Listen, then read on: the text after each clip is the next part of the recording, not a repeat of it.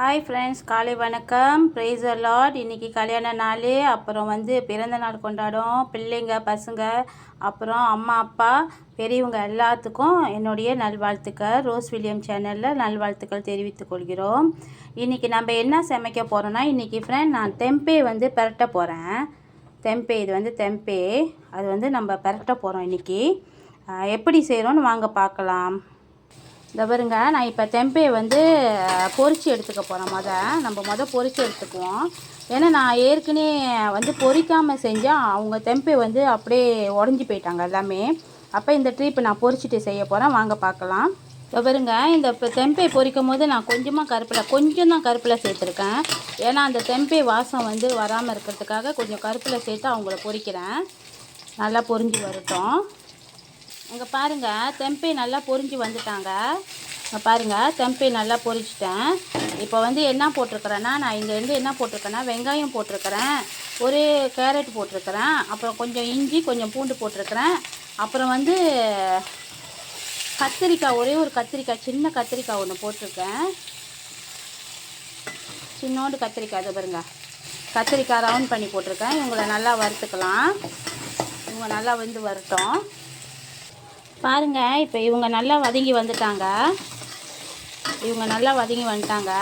இந்த நேரத்தில் நான் என்ன செய்கிறேன்னா, இந்த கரண்டியில் 2 கரண்டி இறைச்சிக்கறி மிளகாத்தூள் போட்டுக்கிறேன். இந்த மிளகாய் தூள் நான் சொந்தமாக செய்கிறது ஃப்ரெண்ட். நான் எங்கள் வீட்டில் சொந்தமாக அரைச்சி வச்சுக்குவேன். அந்த மிளகாத்தூள் போட்டுக்கிறேன். நீங்கள் வேறு எது வேணாலும் போட்டுங்க, எந்த பிராண்ட் வேணாலும் போட்டுங்க. இது நான் சொந்தமாக செய்கிற வசி இதை நான் போட்டுக்கிறேன். பாருங்கள், இவங்க எல்லாமே நல்லா வெந்து எண்ணெய் மேலே வர்ற வரைக்கும் நல்லா வதக்கிட்டேன். இப்போ இந்த டைமில் நான் என்ன செய்கிறேன்னா, இங்கே எடுத்து வச்சுருக்கிற தெம்பேவை இது கூட மிக்ஸ் பண்ணிக்கிறேன்.